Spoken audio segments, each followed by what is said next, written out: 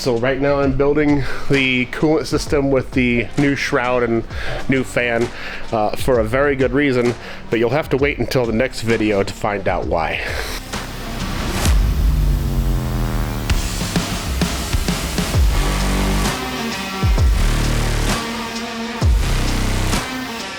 Let's talk about why I need a big hole and a big rectangle.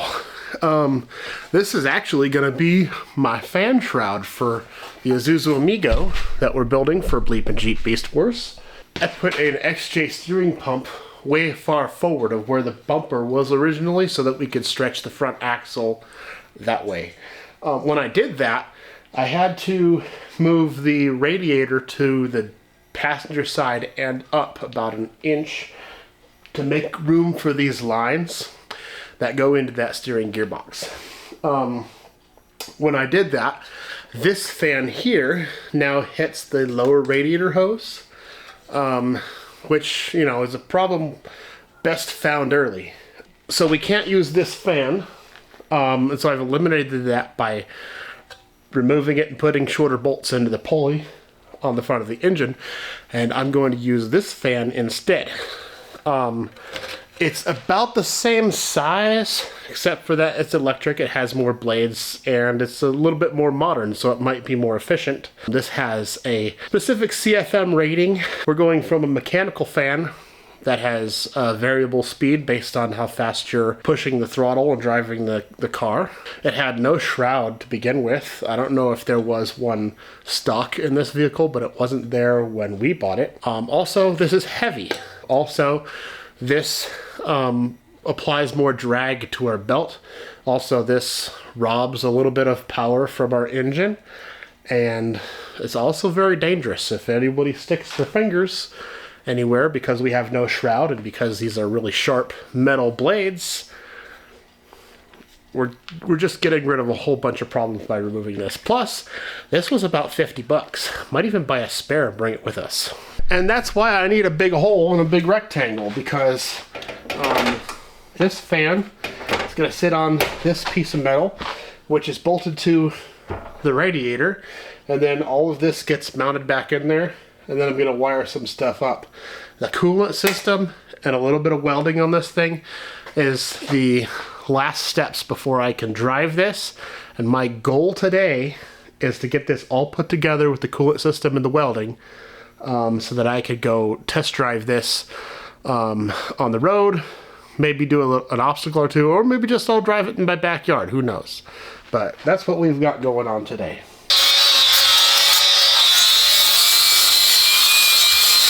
I've got a little bit of this edge trim here, and I want to put it on the edges of this just to protect the metal on the radiator from the metal on this, just to isolate the two from each other. And I'm hoping this is going to fit on there.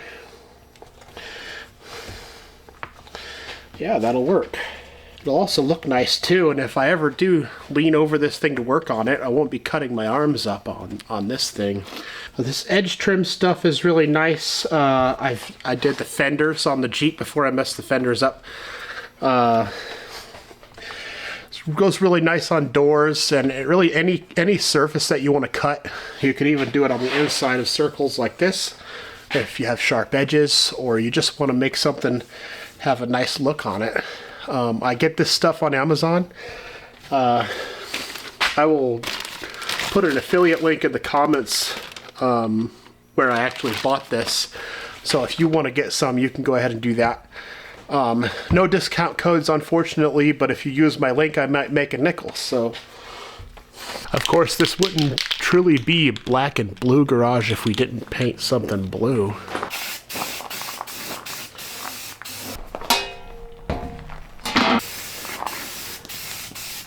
Just look at this thing. Isn't that neat?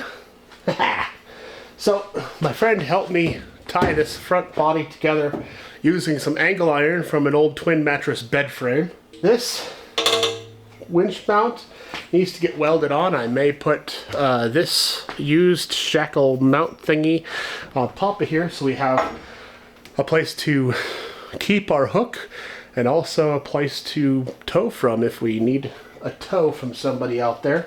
Hopefully we don't, but we probably will. It's time to attach the radiator now. I'm using 1/4-20 stuff. Now I'm going to use my paper towel trick that holds the bolt into the wrench.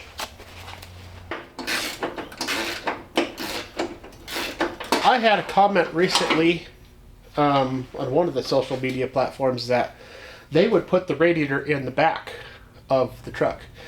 I like rear mounted radiators. That's why I did it in the Comanche. But the only reason I did that in the Comanche is because there was no room up front to put a radiator, and I didn't need a whole lot of room in the back because I have all that bed. All I need to pack is a cooler and a couple of car parts in case I break down in that thing. This thing, we already have a cooler and a toolbox and some spare axle shafts that are going back there, plus a passenger seat because there's 3 of us, and you got to take all 3 Amigos and the 3 Amigos BleepinJeep build. And there's plenty of room up here for a radiator. In fact, if I wanted to put a second radiator behind this one, I could. Another reason not to do something like that is because I literally have like 8 days of time in this shop where I could work on this thing. I still have to build a cage, install seats, install a winch, do all the fluids, test drive, break it, fix what I broke so that it won't break again. I got my work cut out for me, and the whole creativity stuff, I did this whole extension and solid axle swap. The creativity part is just about over. Yeah, in the Jeep Comanche, I actually put the radiator and the battery in the back, which is a good thing because that thing is so light in the rear, it actually needs the extra weight. So loading that thing down with a radiator full of coolant, a battery, an air compressor, a cooler, and a little box of tools ends up, I think, being perfect. I do want to buy some scales at some point so that I can measure the weight of each tire, of each corner of the vehicle. That way I know if my weight bias is correct or desirable. I may do a video about that in the future, about weight bias, front versus rear, and why you would need that. So in order to get this fan to work, I'm going to have to drill some holes so that I can mount that fan to this thing.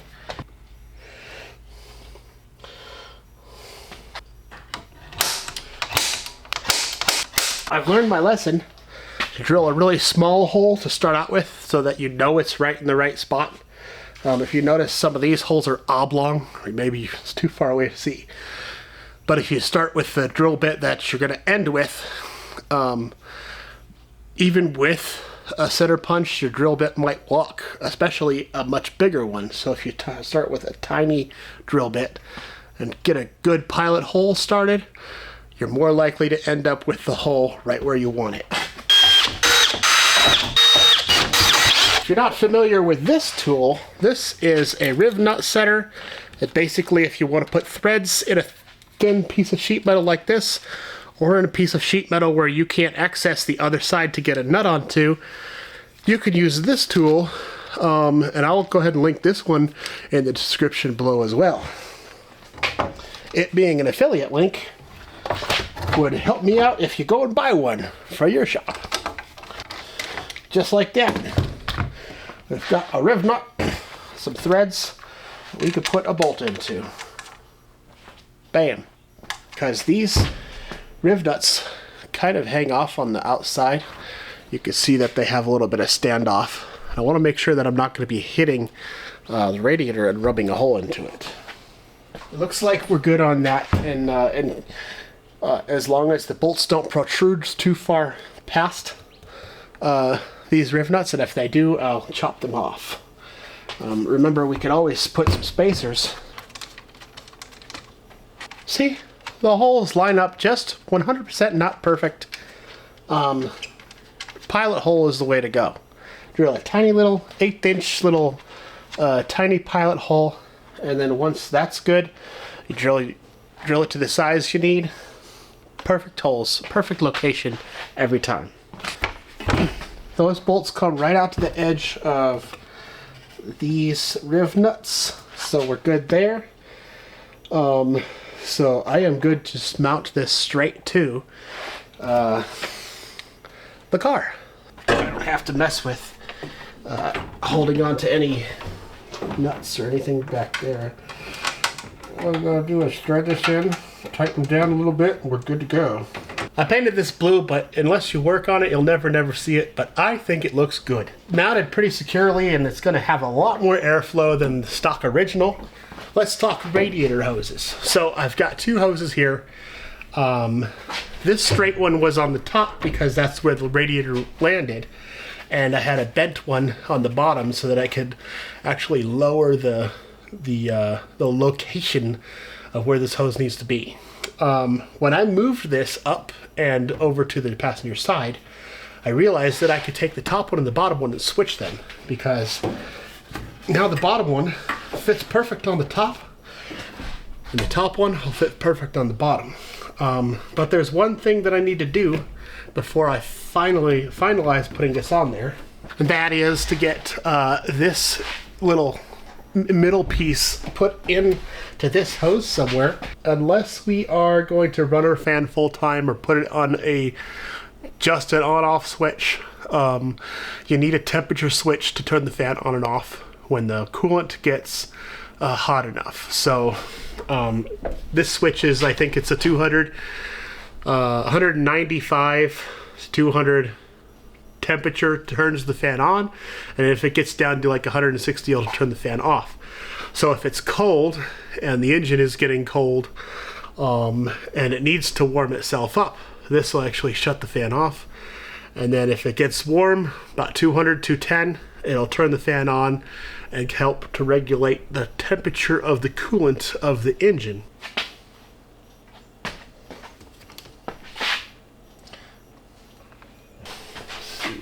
Does for us.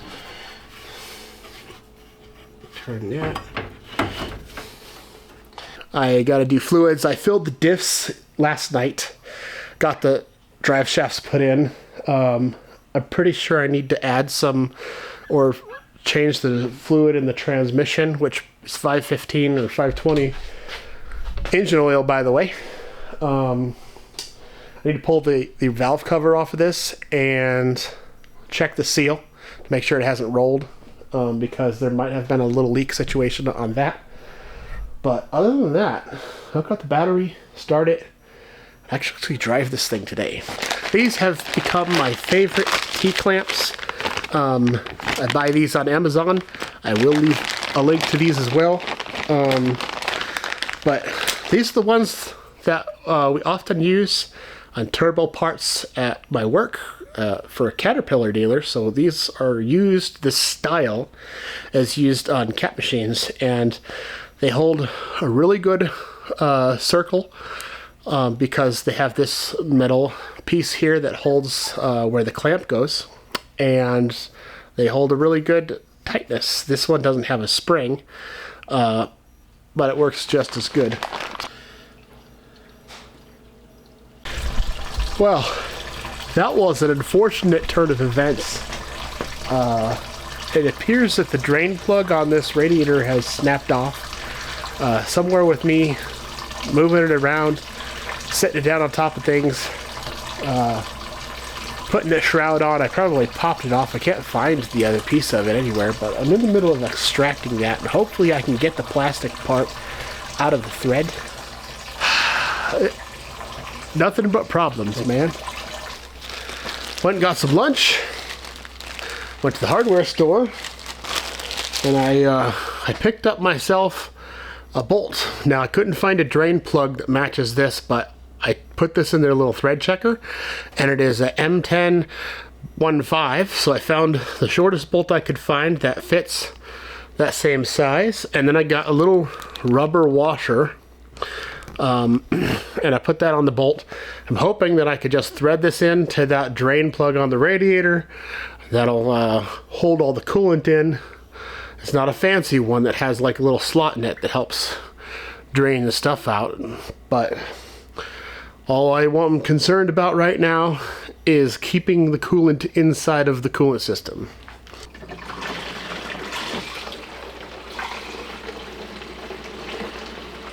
If I had a filter, I'd run it through there. And I suppose I could run it through like a coffee filter or something, but I cleaned that bucket out pretty good, and this is not as dirty as the crap that's already in this engine. So I promise you that. If anything, I just cleaned the coolant by flushing it out. All the sediment kind of got left in the bottom of this. So if you really think about it, that's a good thing. Now I've got all the wiring done to run this fan, and the fan works. I've tested it. Just trying to get this switch to go in this little panel, and that way I'll have a fan switch on the dash. I can turn it on whenever I want. And for that, I'm going to go ahead and use my Dremel.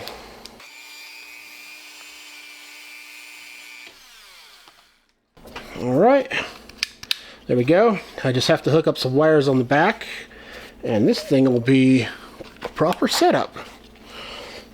I could hook up a little light to this too. I don't really want a light. It would be distracting at night. Yep, it's these two pins I need to connect. It doesn't matter which pin goes where. Just gotta be there. So we'll make sure that that's how I want it. And I'll go throw this in and we can test it out.